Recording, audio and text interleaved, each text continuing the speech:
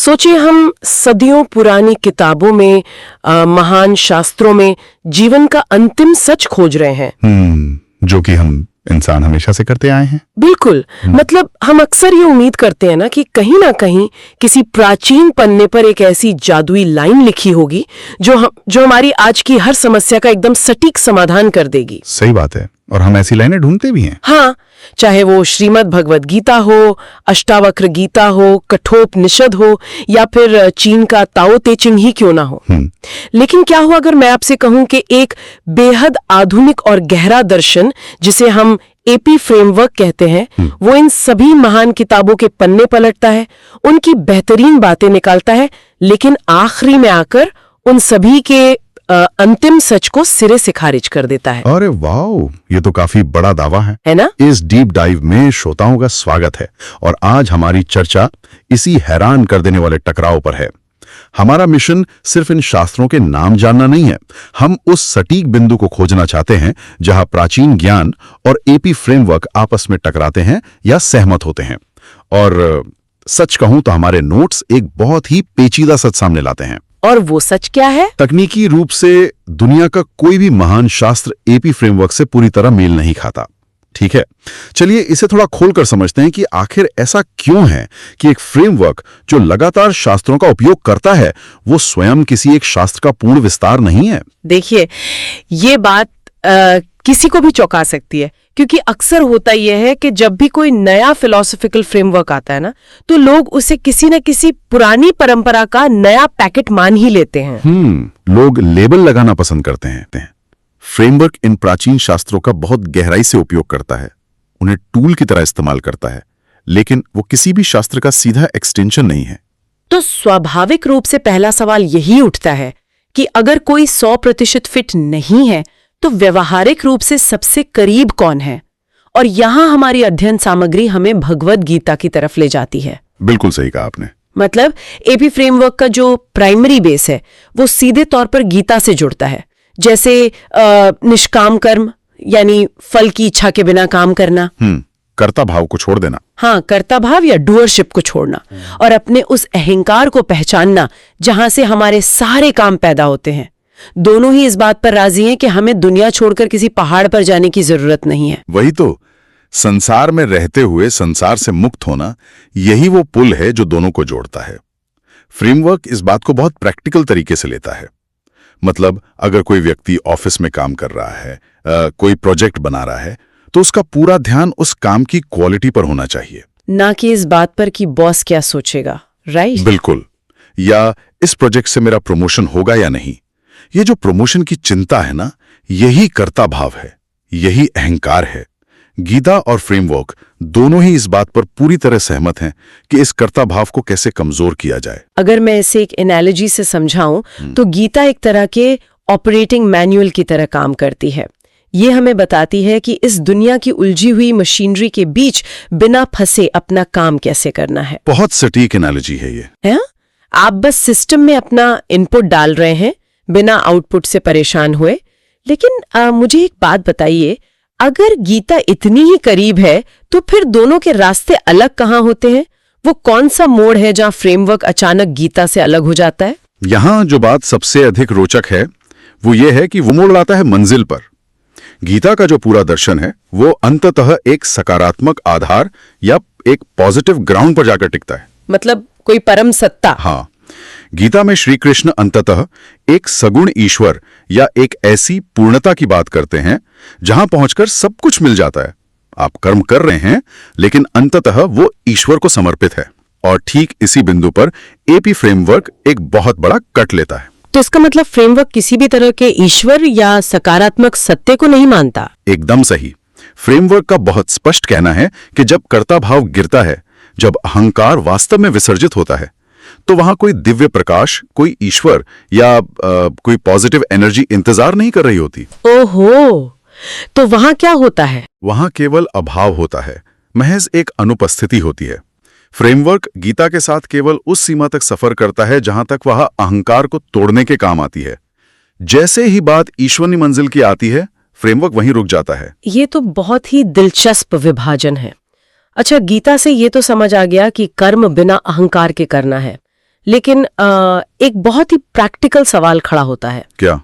अगर कोई ईश्वर नहीं है, अगर कोई सकारात्मक मंजिल ही नहीं है, तो फिर ये सब करने की जरूरत क्या है? इंसान कर्म करे ही क्यों? हाँ, ये सवाल तो आएगा ही। हाँ, वो जो एक्शन लेने की तत्परता है, जो अर्जेंसी है, वो कहाँ से आएगी? और हमारे स्रोत बताते हैं कि इस सवाल का जवाब खोजने के लिए फ्रेमवर्क कठोपनिषद की ओर मुड़ता है। बिल्कुल, कठोपनिषद में मृत्यु को एक दर्पण की तरह इस्तेमाल किया गया है। मृत्यु से बड़ा सच और क्या हो सकता है? सही कहा। कठोपनिषद में नचिकेता सीधे मृत्यु के देवता यम के सामने खड़ा है। जब फ्रेमवर्क इस शास्त्र का उपयोग करता है तो वो मृत्यु को कोई डरावनी चीज नहीं मानता, वो इसे एक टूल मानता है, एक आईने की तरह। हाँ, जब हमें ये स्पष्ट रूप से दिख जाता है कि एक दिन ये शरीर मिटने वाला है तो अहंकार की पूरी इमारत ही हास्यास्पद लगने लगती है। ये तो ऐसा है जैसे कठोपनिषद में मृत्यु एक बहुत ही सख्त डेडलाइन की तरह है। एक आम डेडलाइन तो बस काम जल्दी करवाती है, लेकिन मृत्यु का बोध हमें यह एहसास दिलाता है कि हम जो व्यर्थ के काम कर रहे हैं वे सब झूठे हैं। ये सत्य को देखने की एक गहरी अर्जेंसी पैदा करता है। बिल्कुल सही एनालॉजी दी आपने। और अगर हम सिर्फ भारतीय दर्शन से बाहर निकलकर देखें तो हमारे नोट्स चीन के ताओ ते चिंग की भी बात करते हैं। ताओ का जो वू वे सिद्धांत है, यानी बिना कर्ता के क्रिया, ये तो एकदम एपी फ्रेमवर्क के अहंकार रहित कर्म का सटीक समानांतर लगता है। तो क्या इन दोनों में भी कोई पेच है? हाँ, यहाँ भी बिल्कुल वही पेच है जो गीता के साथ था। जब हम गहराई में जाते हैं तो कठोपनिषद और ताओ ते चिंग भी एक स्तर पर आकर फ्रेमवर्क से अलग हो जाते हैं। अच्छा, वो कैसे? देखिए, कठोपनिषद मृत्यु का इस्तेमाल करके अहंकार को तो नष्ट कर देता है, लेकिन अंत में वो आत्मा को एक सकारात्मक शाश्वत सत्य मान लेता है। वो कहता है शरीर मरेगा लेकिन आत्मा बचेगी। और फ्रेमवर्क इस आत्मा को भी नहीं मानता। फ्रेमवर्क के अनुसार ये आत्मा भी अहंकार का ही एक बहुत ही रिफाइंड रूप है।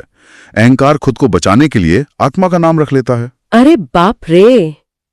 और ताओ ते चिंग है क्या समस्या है? ताओ ते चिंग ताओ को एक तत्व मीमांसीय इकाई यानी एक मेटाफिजिकल एंटिटी मान लेता है। इसे थोड़ा आसान भाषा में समझते हैं, इसका यहाँ क्या मतलब है? मतलब वे ताओ को एक तरह की ब्रह्मांडीय ऊर्जा मान लेते हैं जो दुनिया को चला रही है, जैसे कोई नदी बह रही हो और आपको बस उसमें बहना है। इसके कारण ताओ का दर्शन बहुत अधिक निष्क्रिय या पैसिव हो जाता है। बस देखते रहो, कुछ करो मत। वही तो, वो बस इच्छा रहित होकर देखने पर रुक जाता है, जबकि फ्रेमवर्क में संकल्प अनिवार्य है।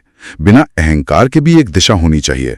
ताओ में इस सक्रिय संकल्प की कमी है। तो अगर ईश्वर, आत्मा या ताओ जैसी कोई भी सकारात्मक इकाई मानना समस्या है, तो फिर उन शास्त्रों का क्या जो कहते हैं कि सब कुछ डिलीट कर दो? आप वाया नेगेटिवा की बात कर रही हैं। हाँ, जो पूरी तरह से नकारात्मक मार्ग अपनाते हैं। अष्टावक्र गीता, ऋभु गीता या संत सरिता ये किसी मंजिल की बात नहीं करते। अष्टावक्र गीता तो किसी भी तरह की चरणबद्ध साधना को ही नहीं मानती। मैं नहीं कहती कि पहले ये योग करो फिर वो ध्यान करो। संरचना के हिसाब से देखें तो अष्टावक्र गीता सच में फ्रेमवर्क के बहुत करीब है। इसका आधार नेति नेति पर टिका है और फ्रेमवर्क भी किसी लंबी प्रक्रिया को नहीं मानता। यहाँ बात सच में बहुत दिलचस्प हो जाती है, क्योंकि मुझे यहाँ एक बहुत बड़ा विरोधाभास नजर आता है। कैसा विरोधाभास? अष्टावक्र गीता कहती है कि तुम पहले से ही मुक्त हो, तुम्हें कुछ करने की जरूरत ही नहीं है। ये तो सुनने में बहुत अच्छा लगता है ना, एकदम रिलैक्सिंग। तो फिर फ्रेमवर्क इसे क्यों खारिज कर देता है? इससे एक बहुत महत्वपूर्ण प्रश्न खड़ा होता है और यहीं पर फ्रेमवर्क बाकी सभी रास्तों से बिल्कुल अकेला खड़ा दिखाई देता है। ये जो बात है कि तुम पहले से ही मुक्त हो, इसे नव अद्वैत का शॉर्टकट या नियो अद्वैत बाईपास कहा जाता है। शॉर्टकट कैसे? होता क्या है कि जब अष्टावक्र गीता सब कुछ नकार देती है तो अंत में वे एक चीज बचा लेते हैं, जिसे साक्षी चेतना या विटनेस कॉन्शियसनेस कहते हैं। वे कहते हैं जो इस पूरी दुनिया को सिर्फ देख रहा है वही शुद्ध चेतना तुम हो। तो एक देखने वाला तो हमेशा रहेगा ना? इसमें फ्रेमवर्क को क्या खराबी नजर आती है? खराबी यह है कि फ्रेमवर्क के अनुसार ये साक्षी अहंकार का अंतिम शरण स्थल है, द अल्टीमेट हाइडिंग प्लेस। कल्पना कीजिए कोई अपनी सारी दुनियावी पहचान छोड़ देता है। अब उसका अहंकार क्या करता है? वो एक आध्यात्मिक चोला पहन लेता है और कहता है मैं तो शुद्ध चेतना हूं, मैं सिर्फ एक साक्षी हूं। ओहो, मतलब अहंकार ने अपना नाम बदलकर साक्षी रख लिया। वो मरा नहीं, बस अपग्रेड हो गया। एग्जैक्टली। वो आध्यात्मिक रूप से सुपीरियर महसूस करने लगता है।